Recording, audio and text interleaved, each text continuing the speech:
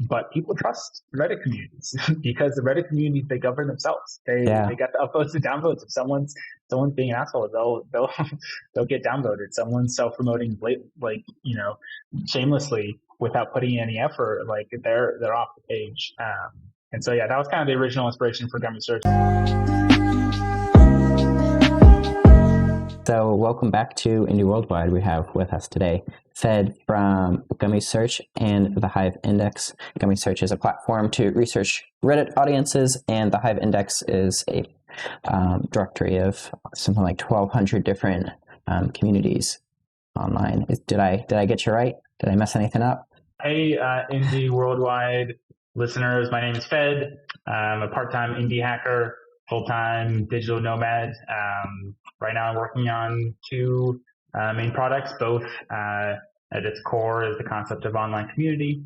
I have a directory of online communities. It's about 1,200 online communities. To my knowledge, it's the biggest database of online communities, of cross-platform online communities on the internet. Outside of that, I also work on a audience research tool called Gummy Search, which helps early stage founders discover online communities for their target niche, discover what those online communities are talking about, the pain points that they're discussing, the solutions they're requesting, the conversations where they're discussing, talking about spending money.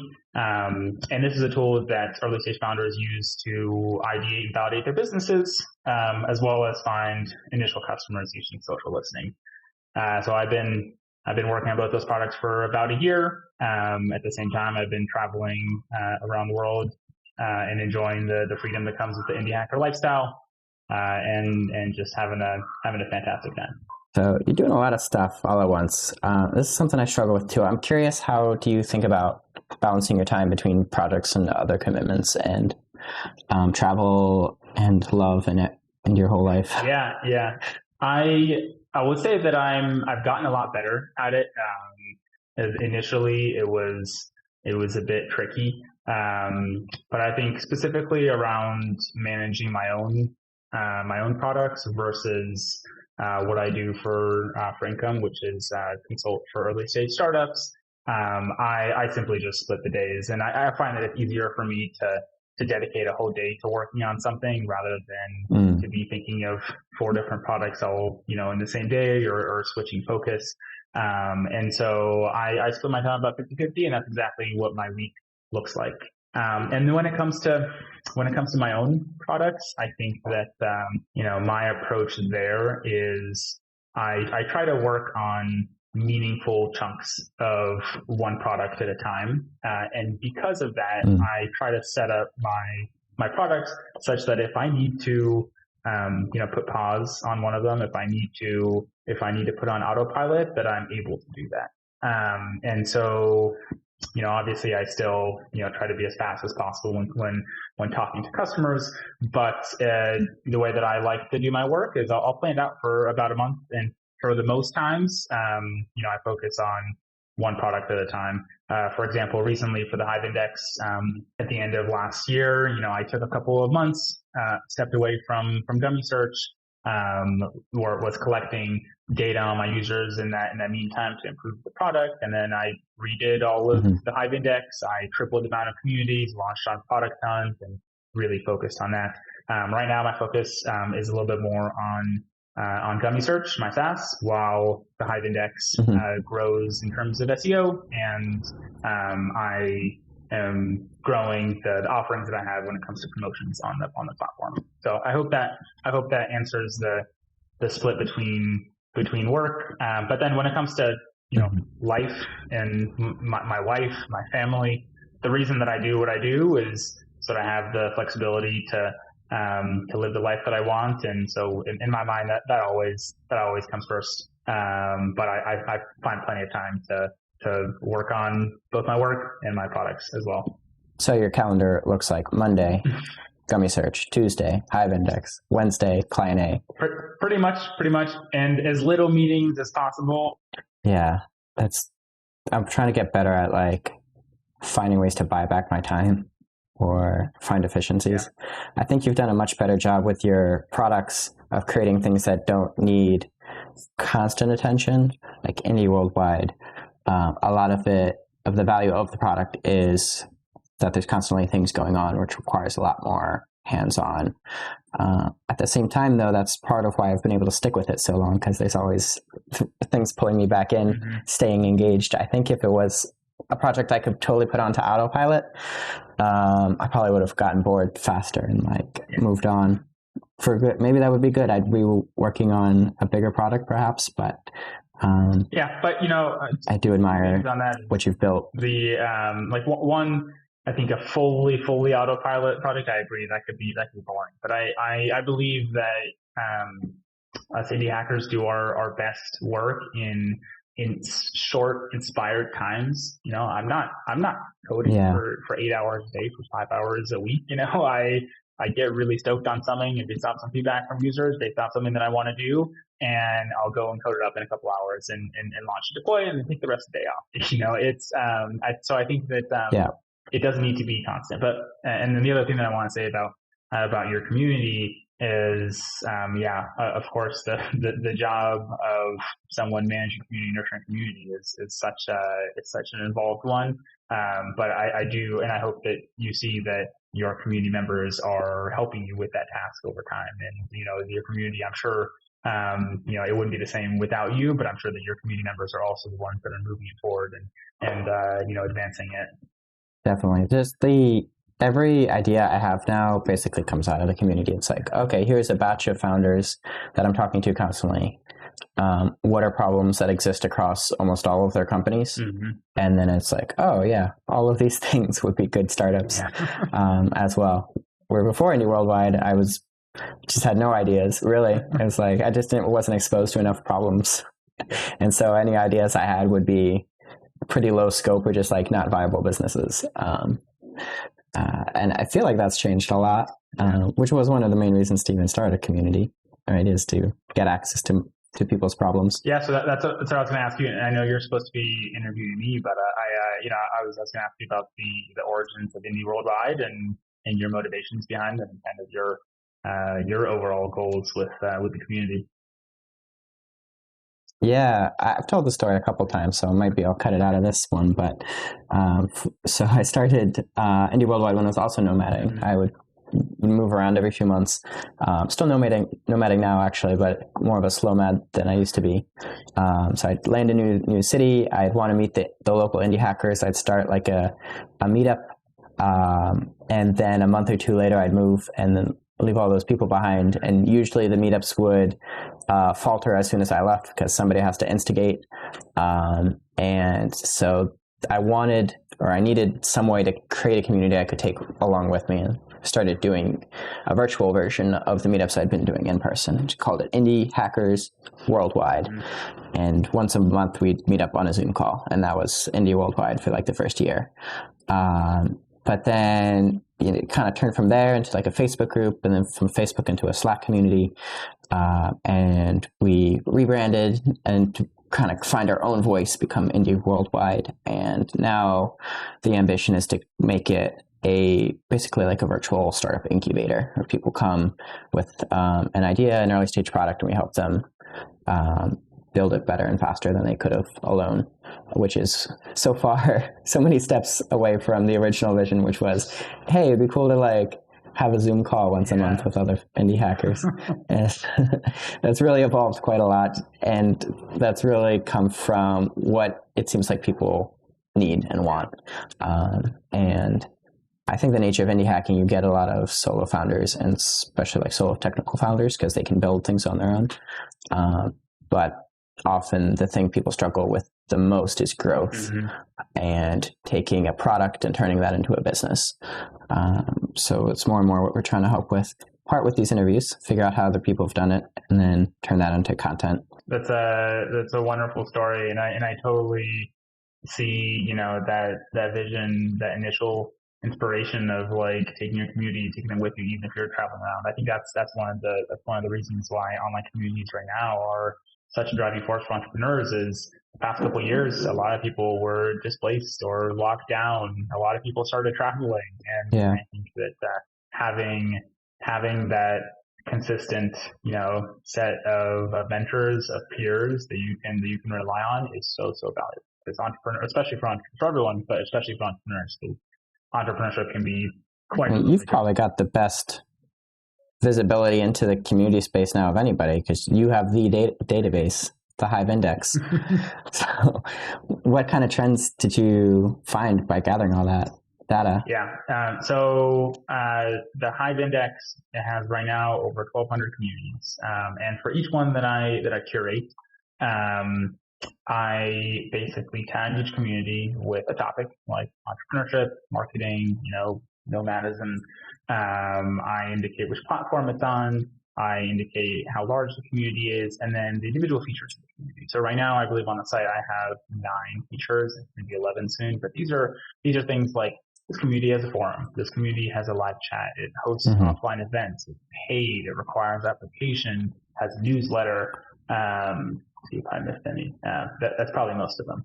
But the inspiration for taking each community and trying to really index it was mainly for the purpose of discoverability. There was a lot of online communities out there, and my initial inspiration, it's definitely like Indie Worldwide, it's grown to what it's become, but my initial inspiration was to help people find community.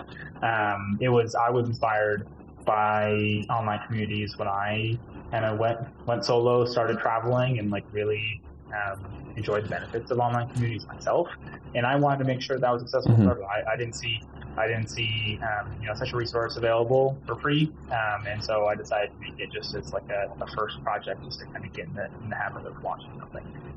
Anyways, back to what I was talking about. I wanted to make sure that based off your own interests, based off what you need, you're able to find the community for you. And for example, on the entrepreneurship communities topic, I have about 90 of them, and so the features of filtering down to, hey, I need something that has live chats. I want to talk about it. I want to work through stuff. Or some people, they want the paid communities because they want the engaged members. The paid communities also offer more perks. They offer more ways to interact with the community. And so that's kind of in taking 1,200 of these communities, looking at trying to boil down a pretty complex thing to data. I've really seen it all. And one of the things that I've just come to realize is a community is such a large scale, right? It could be this fully featured paid community that throws conferences, that throws events, where there's a member directory, where there's different forum and a chat for the members that want to interact in different ways. They host events. And then there's just a Discord server where a couple people want to get together and chat about something and have a fun place to hang out. And so that's kind of one of my biggest takeaways is it can be so broad as to what people need when it comes to their community. And those communities start somewhere and then they grow into becoming flourishing ones with a lot more as the needs of the community change. Yeah, that's a good point. There's a big range of what even is a community. It's deceptively broad what that even means. People call a lot of different things community, and they're all technically true, right? But it doesn't really capture the differences. Well, okay, I respectfully disagree with that. It's all technically true, because I do take a stance on what a community is. I'd love to hear it. And I see it not abused, but I see it misunderstood. I think I see some people that think of their Twitter following as a community. That's not a community. An audience. The Instagram following. That's probably the biggest misconception about community. But in my mind, the community is not one to many. It's many to many. And although there might be one person that starts the community and is really driving it forward and building it up, eventually it's all the community members and their interactions with each other that really make it a bustling and thriving one. So that's kind of my idea. That is a good point. So in my head, those are already not even in the category of what things are communities to compare to each other. That's true. A lot of people call audiences communities, and in a way that isn't accurate, even in the realm of communities that actually are communities. So people talking to each other, not just consuming content from the figurehead. There's still a huge range of what does that even mean? Like joining a country club versus joining a founders community versus going to the same like events as all the other parents that your kid goes to. Three very different types of communities. Yeah, completely. I think one thing that would be really cool, I have no idea how you would gather this, is to get some sense of how active the various communities are, like get a better sense of what does it mean to be a part of it, and like how dead is it on a scale of dead to live. Yeah. I have that for a subset of the communities. So I would say about a third of the communities that I have are on Reddit. I'm obviously big on Reddit as a community platform. I think it's, when choosing a community platform as community manager, there's a lot of decisions you need to make. And if you're really making intimate one, I wouldn't quite pick Reddit. But for a lot of reasons, there's a lot of really amazing Reddit communities, and they're so broad when it comes to the topic that they all center around. And because Reddit is the biggest community platform, that's the first platform that I decided to include in my audience research tool, Gummy Search. And so, while I'm building the Hive Index, Gummy Search is a Reddit only product, but it goes deep on Reddit. And part of that includes the statistics for growth, the statistics for engagement, and how that community, interacts, how active its members are, and then how that also compares to the whole rest of the communities. The master plan reveals itself. See, this is all starting to make more sense now. These two separate products, right? But now we have the Hive Index, indexing Reddit communities. Yeah. People search these communities often to market to, but now you can say, hey, there's a better way. Even you came here from the SEO juice, but check out Gummy Search. Yeah. So if you go to any of the Reddit, it is the master plan's coming together, which I have a little thing on that in a second, but on the Reddit communities right now, if you go to any of the Reddit communities on the Hive Index, you get that little stats and you get a little insight. And I didn't just integrate the two products. Powered by Gummy Search. Yeah, I didn't integrate the products just for the sake of integrating them or for helping with SEO. I do think that it helps with, painting a picture of what the community is all about. And I hope to do that for more communities as well. One of the things that I would like to do at some point soon is, if a community has a Twitter account, to be able to, show what some of the shout outs are from their community members about indie worldwide. So I do see myself adding other rich data besides just Reddit.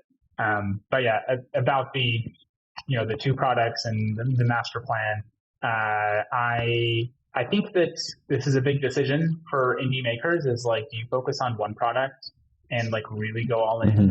Do you focus on multiple and try to increase the chances of like one of them taking off?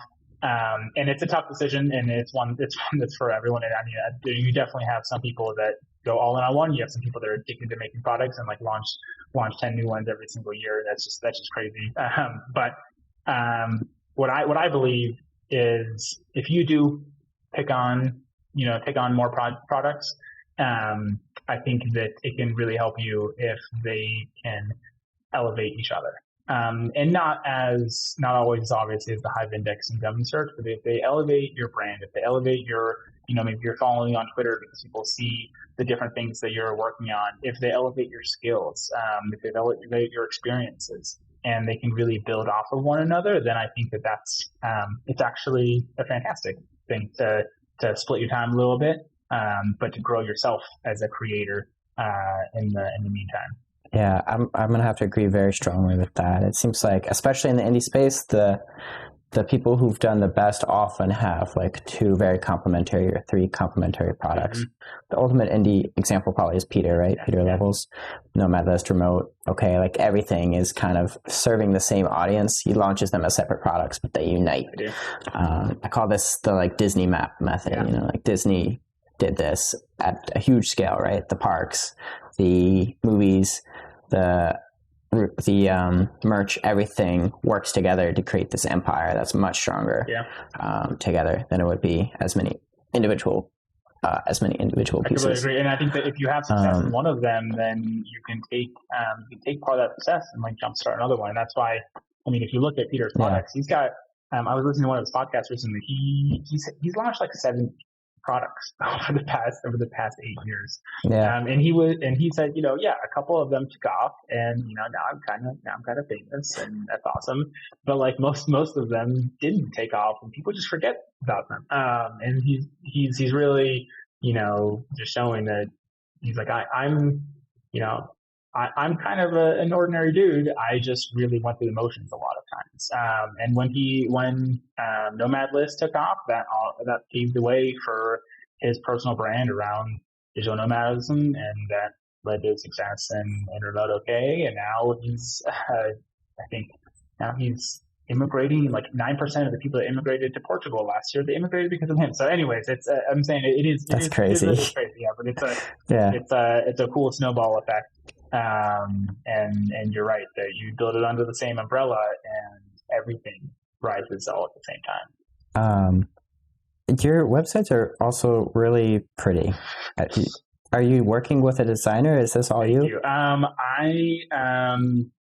Half of it is Tailwind, and I'm not going to plug too many products on the show, but Tailwind UI was one of the best investments that I made. And I rarely do for stuff. I almost always go for the free tier. But I paid for Tailwind UI, and it was so worth it. If you're working on multiple products, just to be able to like spin something up quickly and to have it look good right from the start. That's I think it's important. I do, however, think that that's a good start. That's not the finish line. And one of the things that people really appreciate about Gummy Search is they say, hey, your product, I can kind of tell that it's Tailwind, but it looks a lot better than a lot of other Tailwind sites that all just look the same. And so I think that having a UI kit is a fantastic start, but then you need to find what makes your product unique and what your unique user needs are, and then adapt it from there. But thank you. I What's your compliment, and I appreciate it. What's your workflow look like with Tailwind UI? I've bought it. I have it. I haven't used it yet. Really? It's just waiting. Yeah, because I bought it. I was like, I'm going to use this right away. And then I started working on other things that didn't require it. And so it's just like been waiting for me to come back. Yeah. To be honest, I wouldn't take an existing project and move it to Tailwind. I feel like that would be a lot. Maybe if I was like doing a complete UI rewrite, but starting a new product, it's so much quicker. What I usually do is, instead of picking individual components, I'll go to like their like full page examples, and I'll just like go and copy that, and then I copy it over into the React code. That's what I use, and then I take some of it from that one huge file and make into some of my layout components and whatnot, and then I modify from there. But yeah, I think that just like starting with those huge page examples is awesome, because you can get moving so quick. Nice. Yeah, I was a little skeptical at the beginning of Tailwind at all. Never mind the UI kit, but just the concept like, CS and back into my HTML, it feels so yucky. Yeah. To be honest, I was convinced over time. I've almost forgotten how to write normal CSS at this point. So it's once you do make that switch, once you do, I know you're working on something new these days. So maybe this new project is a good opportunity to start out with Tailwind. And I'm telling you, it's gonna be hard to look back at the old way of doing things. If I succeed with this new project, hopefully, which is going to be like a content blog, hopefully that's going to be no code, and I'm doing limited, if any, styling at all. Hopefully. Yeah. Next project, probably heavier UI related. At some point, I need to implement like user accounts for Indie Worldwide, and at that point, probably do a bit of a rewrite. Yep. So, how did you even gather it? So, I'm especially interested in the Hive Index part because Indie Worldwide's in it, and it's like it really matches some mental models I already have of like, okay, yeah. One way that indie hackers find a large audience is by conquering SEO. Hard to do that with content, but let's create a really nice set of data and then wrap it up in a product, capture all this traffic, which you executed on really well. You're getting like 6,000 hits a month or something. Right now it's about 6,000. It's a long tail SEO strategy. How long did it take? It's like to build up to that. How long from the site's been launching it? The site's been up for just a little over a year, and I'll say that the first 4 months, like it's just like pretty much flat. But then it starts moving, and it's basically just grown steadily ever since. And I haven't really done too much when it comes to looking for backlinks. People generally find my site, like it's a free resource. A lot of people think it's awesome, and so I do get some opportunities where people include it and big newsletters or link out to it. But it's just been nice, slow, steady growth, mostly technical SEO. I took the time to make sure that my site's fast, make sure that the internal linking is good from the very beginning. And the whole strategy there is to really optimize the keywords that people are searching for, but optimize for a lot of them. I don't do too much keyword research myself. I think that's more for for long form content when people are writing blogs about something. But what I'm looking to do is to rank for terms like entrepreneurship communities on Slack, paid entrepreneurship communities. And if you think about those iterations of my topic pages, and then you think about the fact that there's over 90 topics on the Hive Index, that opens up quite a lot of opportunities. And then obviously there's individual communities, and some online communities, they don't have good SEO themselves, or for example, some Slack groups, that's not really going to be, it's not like a community that is indexed by Google. And so I can even rank higher than that sometimes. And so that's been the strategy from the beginning. It's worked out pretty well. When it comes to spreading the word, I do accelerate the SEO growth myself. Like I mentioned, I don't really seek out backlinks, but I do accelerate SEO growth by using my other product, Gummy Search, to look for conversations on Reddit where people ask for online communities. And this was actually the inspiration behind Gummy Search. Was I have the site, the Hive Index. It's free. I'm not getting money for it, but I want to grow it. I didn't have too much time. I didn't have 6 months to wait. So the Hive Index came first, and then Gummy Search. Yeah, exactly. Oh, I thought it was the other way around. Like Gummy Search, how do I market it?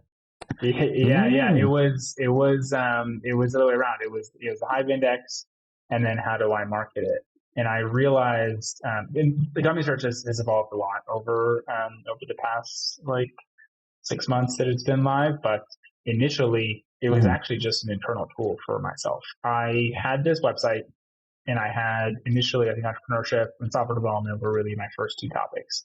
And it was this awesome resource. I spent a lot of time, curating it, but no one knew, that it had existed. But I realized that people on Reddit were asking for communities all the time. They were saying, hey, do you know any good founder communities? Do you know any software development discords? All this kind of stuff.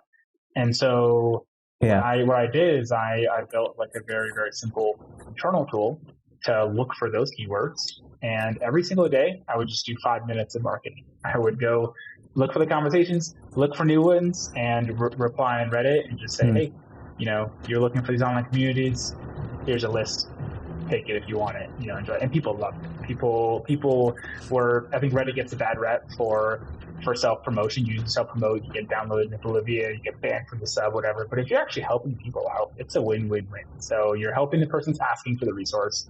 You're obviously helping yourself because you're getting people to come to your site, and you're helping the community. The rest of the community learns about your resource. And so this was really, until my SEO kicked in, 4, 5, 6 months into building the product, this was the only way that I spread the word. And I actually still do it to this day because it pays off. And so I track for the Hive Index. I track maybe 20 really high intent keywords. And the way I think about it, it's like SEO without really, it's like people have intent. They're asking for things, but they're just asking Reddit instead of putting it into Google. You're going to them instead of them finding you. Exactly. Which is that's kind of how people search for things now. If they don't necessarily go straight to Google, they post in the communities that they're already a part of to find answers. Exactly. And Google was a game of who can pay the most, with ads, and then who's been in the game the most, who does research, which I really respect, of course, but it doesn't always mean that the best results are at the top of the page.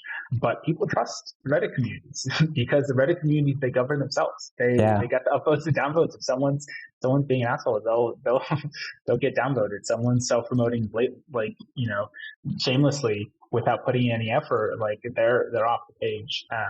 And so, that was kind of the original inspiration for Gummy Search. Since then, it's evolved into, the full-on audience research to help people find problems to solve, to help people really get in touch with their online communities and stay in touch with them to advance their early-stage businesses. But initially, I just wanted to promote the Hive Index. And like I said, I still do this every single day. It only takes 5 minutes, and it continuously pays off. The backlinks help you. I have a couple of tips. If anyone else wants to use this strategy, I have a couple of tips on the Gummy Search blog on how to do this best and how to do that for your website. You raise a good point about like how to engage appropriately in communities in general. Yeah. I think people complain about spam when nobody asked for it. Yeah. Nobody asked about your random SaaS product, but when you're doing it the other way around, you're only replying where people have explicitly already asked, like, hey, this is a problem for me, and you come in with a solution. Suddenly it's not spam, it's help. Exactly.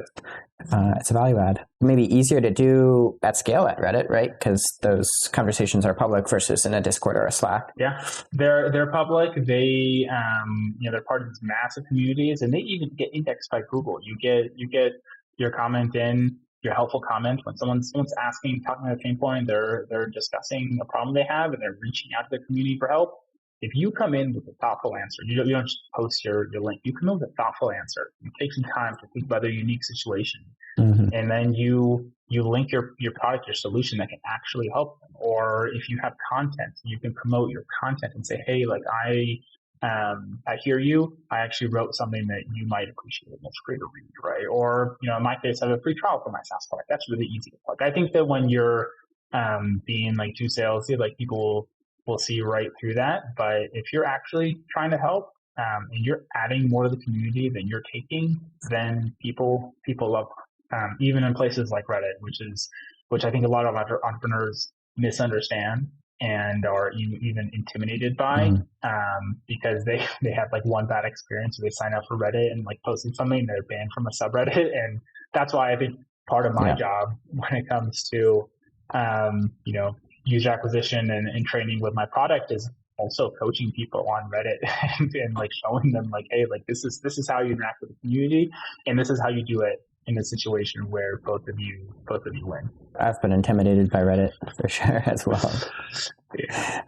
Scott got over it a little bit and have started trying to post where it's relevant, but yeah, it's definitely like, I don't want to promote anything. I see people get trapped so hard for trying to promote things. I'm going to be super cautious, overly cautious, and that's no good either. Yeah. Entrepreneurship, you really can't afford to be that shy. You need to be telling people about what you're doing because otherwise nobody's ever going to hear about it. Yeah. Yeah. You got to figure out how to do it in a way that feels native to the community, like really become integrated. I think like just sorting by top all time for Reddit or any other community where that's possible, I think it's really helpful because you see what kind of content people like, and you can kind of emulate the voice a little bit and get kind of up to speed faster than trial and error. You're speaking in the language of my SaaS features, so I agree. Yeah. Each community, each community is different. Like, and I think that's the reason that people get booed off Reddit is because what they see in the community, they see the numbers. Oh, this community has 20,000 people, and like I can market to them, But like really, each community is different, and you can't just come in with no effort and like post your stuff, and you'll be gone so quickly, But if you can understand what they discuss, you can understand who the influencers are, how they communicate. You can understand what kind of content does well, what kind of tone you should use in your voice. If you can speak the lingo, then that can be super powerful. And now those 200,000 people that could downvote you to oblivion and ban you from the sub, now they could become your inspiration for your startup. They can become your marketing team. They could become your allies and your advocates. And that's a really, really powerful thing, especially for bootstrap entrepreneurs that don't have a lot of time, that don't have a lot of money, and are really trying to go down, what can be a lonely journey. It doesn't need to be so lonely. Yeah. Not everybody has time to build their own whole community, their own whole audience. And even if you do that, you're only accessing your own audience, which is probably not everybody who has the problem you're trying to solve for them. So if you can get good at finding where the conversations are already happening and kind of piggybacking on the attention where it already exists, then, you're way ahead of the game. I guess you're a marketer at that point. We just described marketing. Yeah. That's a part of marketing. I think community marketing is not always the same, but yeah, you're right. If you, I would say if you can really understand your audience, then you have one of the key components of marketing. You know who your people are. You know what they need. You know what they want. And that opens up so many opportunities. Maybe for your current product, but a lot of times people, I see them, validate their idea, and they're talking to people in online communities, and let's say their idea gets invalidated. That's and a lot of people think of that as like losing. That's not losing. The one that's like saving you time from not going down a path that could have wasted a lot of your time. But then two, in the process of doing that, if you've talked to your community, you probably have found other information that can really, really be helpful for other kinds of products, for other kinds of services. And a lot of times, you might take one step back and 2 steps forward. So, overall, I think that staying in touch with online communities can be so powerful for every single stage of a startup's journey. Now, you're pretty early in terms of like revenue with both of these projects, like under 1,000 total, right? Yeah, MRR. Yeah. But it feels like you're moving with purpose. Is there like a longer term plan you're executing on to getting these to be your full time? Yeah. So you're right. Both of these products are early, but I would say that I definitely, I'm not at the point and scale yet, but I know I'm onto something, and I have this feedback that I'm onto something with the people that really appreciate the Hive Index, people that want to promote the communities on there. The Hive Index, I'm telling you, in itself, I have like 5 different potential revenue streams that I can see being available just from the conversations that I've had with people that write in. And then Gummy Search as well. I think that, I'm in the 2-digit, amount of customers, and with every single day, I'm getting to know them, I'm getting to know what they need. I actually recently did this exercise where I realized that the users that I have are actually like 2 completely different kinds of users, and I should treat them differently. I should give them different offerings. They care about different features. They have different price sensitivity. So, I feel really good about, for both of my products, the direction that I'm moving in, and I have a lot of confidence in them continuing to grow. I have a lot more confidence in my own abilities, and I do see a time where if I want to, that my own products will fully sustain me, and I won't have to do consulting.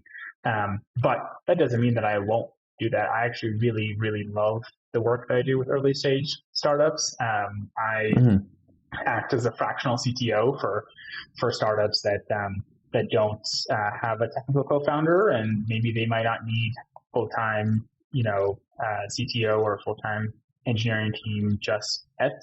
They have a lot of other things to figure out on the commercial side, and I come in and help them with their technical needs to build out infrastructure for scale, to build out the initial processes, and then to help them hire their team that will be with them for the long term. So that kind of work, even though I'm selling my time there, and at some point, if maybe I don't want to do that and I just only want to work on my own products, I would love to have that choice. But I can also see myself wanting to always continue doing that in some kind of capacity, just because it's cool.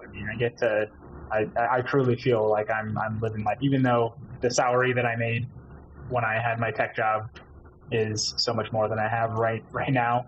I feel like I'm living life. I get to work on what I want. You might just need to bill more for the CTO work in that case. I get to work on what I want. I get to work on when I want. I get to work on projects with whoever I want, and that's something that's so powerful. It's just so awesome to be open to the world of possibilities. For the Hive Index, I I had a couple months where I hired my little sister that was right out of college, that was looking for her first job, and I had this awesome experience of working on a product and monetizing a product with my sister that's 8 years younger than me, and that was so cool. I think that with some of the startups that I'm consulting for, these are people that I have known from previous life that I really like working with, and I am just happy to be part of their early startup journey. I have people reach out to me that now that I've been doing this for the past year, that reach out to me and they said, "Hey, Fed, if you have any availability in the next couple of months, like I had this new product that I want to build, and I'd love to do it with you." And that kind of, I don't know, those kinds of opportunities really make it exciting and also improve me with every other thing that I do. I take every experience, and I think that's something that I can improve my own products, improve my other clients. So it's pretty cool, and I love it. Yeah, this is a predicament I share, I guess. We both have this like fractional CTO kind of main hustle going on. My hope now is to be able to go full time this year. But it's hard, and I do get a lot of like fulfillment out of doing the CTO stuff. It's really validating, first off, to like have somebody paying you all this money to help them build things and then build things for them, and then see those other companies then find success. I think it's probably made me a much better engineer to like put myself in those roles. I'm sure. And build a lot of different products from scratch.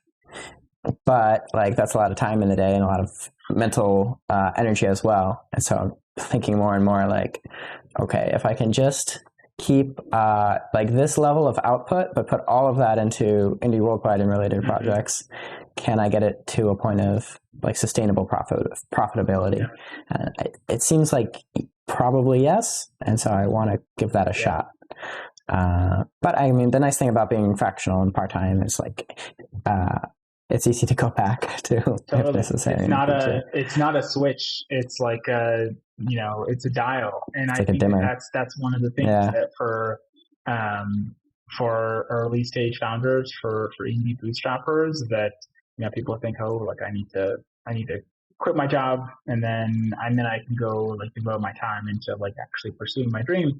I think that if you have the opportunity to have a situation like this where you have 50% of your time where you get some income and you don't need to worry about being on the street, and 50% of your time and enough energy to focus on your own products, and you have the flexibility to like bring that up, to bring that down as you see fit, as your life changes, as you get more and more successful, to just scale it back. I think that that's a wonderful way of doing it, and then you don't have to worry about the mental side of things and the ability to put too much pressure on yourself to make an income while also pursuing your dream. It doesn't have to be so easy. It doesn't have to be so hard. It can be a lot easier if you do set yourself up in this kind of situation. So I mean, it's a decision that everyone's going to make for themselves, but it's something that I've really enjoyed, and it's allowed me to work on what I want, to travel the world, to have a good time, to see my friends, and to really enjoy this process, which for some people can be quite stressful and quite tough. Yeah, freelancing is a really good stepping stone, I feel, to entrepreneurship in general, because it puts you in the mindset of thinking of yourself as a business instead of an employee, which I think is a really important mental switch to make. And then it also gives you all this flexibility all of a sudden. Suddenly you're in control of what you're working on, and when you're working on, and who you're working with, hopefully, and building skills that are going to be useful for a product business or whatever you're going to work on next.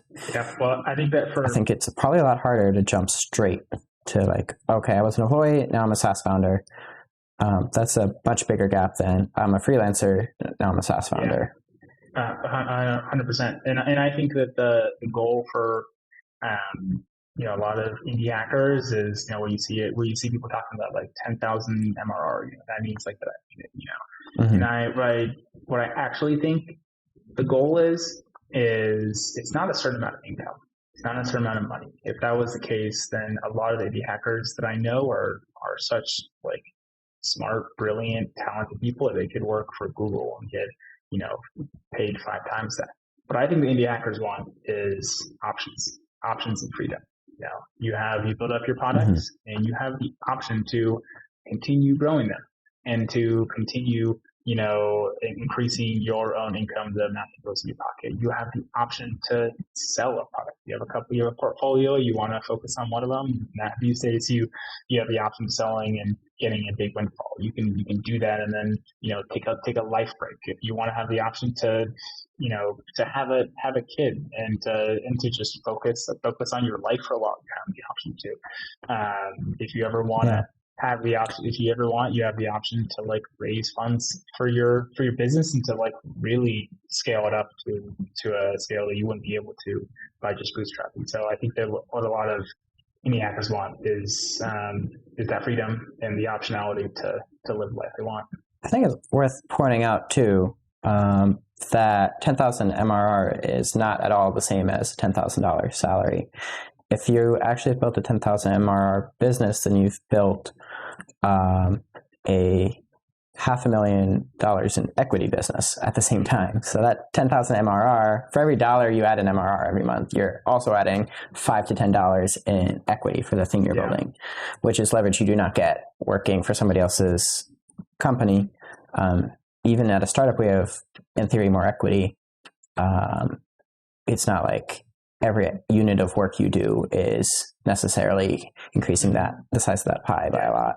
Yeah, and that's why I think the work that we do as indie hackers is like so rewarding, and that's why people celebrate. I got 100 MRR, and you say $100 to someone that doesn't really understand the vision, and they're like, okay, well, $100, what does that mean? But like that, you're right with the multiple, what that actually means, with how hard it takes to get there, and with just the thought that 100, in order to get it to 200, it's not as big of a jump as it took you to get from 0 to 100. So I think that's a very, very, very powerful thing. How about what if you were talking to yourself, say 5 years ago, what would you tell Fed from back then? 5 years ago. Yeah. The advice that I would give to earlier stage entrepreneurs is definitely just like start and like don't overthink it. Don't try to like build a company, try to solve a problem. Try to make that first dollar, try to make the $10, $100, just start somewhere and it will grow. And you're not going to have everything figured out from the very beginning. You're going to completely learn as you go. And that's the whole point of it. I think I forget who originally said this quote, maybe it was one of the indie hacker founders of the Allen brothers. It's like the goal is just like not give up. And so if you start now, that just buys you more time. And I think that's one of the most important factors in what we do. Neither give up nor be forced to give up, right? You can't go broke either. Then you got to make money again. Of course, yeah. But if you can buy yourself more time, that just opens up so many possibilities for you. You have the person that planted a tree a year ago is sitting in the shade right now, as opposed to people that just like think of ideas and like think of big ones and like just kind of like that balloons and they never actually do something. With my first indie product, the Hive Index, I built it in a week. It's just a spreadsheet in a site, and it's just like grown so much over the past year. And now I have people approaching me for opportunities to sponsor their listings. I have people approaching me to promote their platforms. I have people that have approached me to sell communities, to like broker deals of online communities. And you don't really know what it's going to become when you start. And so, like Hive Index is not this super, successful product just yet, but the fact that it's grown so much in the past year, the fact that I've learned so much in the past year just shows, go out there and do something. You're not going to get it right the first time, but you're going to get better. And with every single week, if you continue to get better, and you have enough runway to do this for a couple of years, you're almost certain to be successful. And the runway is definitely important. My first startup, guess it was about almost 10 years ago, we completely just ran out of personal capital and energy, and I vowed to. And this was because I was right out of college. I didn't have much, and I also didn't know what the hell I was doing. Mm-hmm. But when we shut down our startup, that had some funding. After about a year, I vowed to never put myself in a situation where I have to make short-term decisions because of money. And so I knew that I would want to take a crack, even though I took a job at a startup and worked there for 6 years. I knew that I wanted to take a crack at entrepreneurship. And I also knew that I wanted to do it in a different way, where I wasn't worrying about my wallet, where I was building things sustainably, and I had the time to execute on the vision. And oftentimes, almost all times, this takes more time than you would originally estimate. So just like give yourself a couple of years, and that's why I think either freelancing and then doing side hustle, or even having a job and then like starting something while you have a 9 to 5. I think that a lot of people look down on having a job, but I don't think it's the worst thing in the world. To give yourself that stability, financial stability, to give yourself the opportunities to learn from others. You can still, if you have the spirit to be an entrepreneur, like you can do that while having a 9 to 5. It's not stopping you. At some point, it makes sense to make that decision, and I'm excited for that moment in everyone's life. But yeah, just that, I guess all that I would say all I would summarize that as is play the long game and give yourself the time to succeed, and then you will.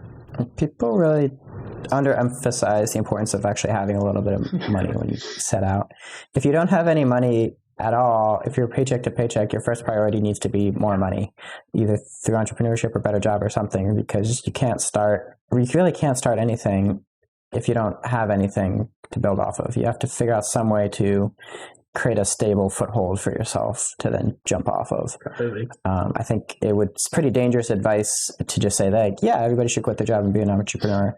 Like, no, you should make sure you have some runway first, some way of paying the bills, getting food, keeping the lights on, then take the leap, then take a risk, because you have a runway, so you can get a new job if the runway is shorter than you realized. And you brought up another good point too, which was the best way to find an idea is to build an idea. If you don't have any ideas yet, just build literally anything, and suddenly you'll have way more ideas. Because of everything that was hard about trying to do the thing you wanted to do. Like, you're trying to advertise the Hive Index, you come up with a whole new startup, Gummy Search. Mm-hmm. Yeah, I will say don't do it in a bubble, right? Build something, solve a problem for someone, and then stay in touch with them and see how your solutions solve that problem. And then if there's other problems, and it's kind of what you described with with your journey. You started this community, and out of that, so many new opportunities came to mind because you're just deeply ingrained in these communities and into the day-to-day life of these people. And that's, I think that works for so many entrepreneurs, and it's really a good way to work on something that's validated. And I have, my first product led to my second product. My second product, I actually know my third product because I haven't talked to anyone about this. I know what it is. Can we get an Indie Worldwide exclusive? Can we get the sneak peek? It's let's just say it's for SaaS. It's for SaaS founders that struggle with some of the things that I struggle with as a first-time SaaS founder. And I think it's something that SaaS founders struggle with. Anyways, if I'm in a couple months, once I finish up some plans that I have for Gummy Search, I might go through a round of validation and, see how that goes and see if it deserves to be built. But anyways, it's all I'm saying is like these things compound. I think you just get so much better at evaluating ideas. You get so much better at talking to people about knowing who to talk to, how to talk to them, and, what to talk to them about. And then it's like it can become this formula, and then just have home runs. Maybe not all the time, but a lot of the time, like Peter level. So you got to start somewhere. You got to take that first step. So that's definitely the way to go. All right, folks, this was Words of Wisdom with Fed, founder of the Hive Index and Gummy Search. Thanks so much for coming on. Looking forward to whatever this new launch is. If you need a community of eager beta testers, you know where you have my number. Thank you so much for having me, and I appreciate you folks that are listening. And thanks for the delightful conversation, Anthony.